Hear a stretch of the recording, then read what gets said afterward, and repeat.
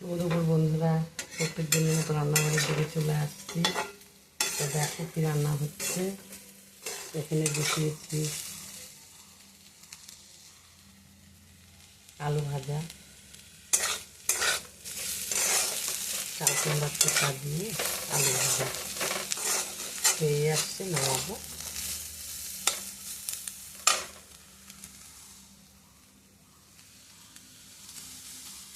আর এখানে করলাম বন্ধুরা চাল কুমড়া দিয়ে ডাল।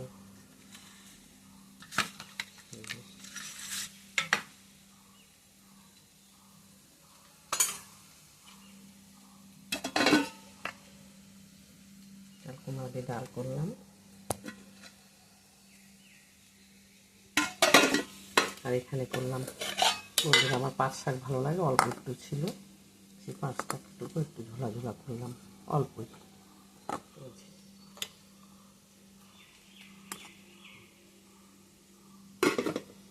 আর এখানে এটাও অল্পই কচুরলতি ছিল, অল্প একটু একটু কচুরলতি করলাম। আজকে এই দিয়ে খাওয়া দাওয়া সারবে। তোমরা সবাই খাওয়া দাওয়া খাও, সবাই ভালো থেকো, সুস্থ থেকো বন্ধুরা।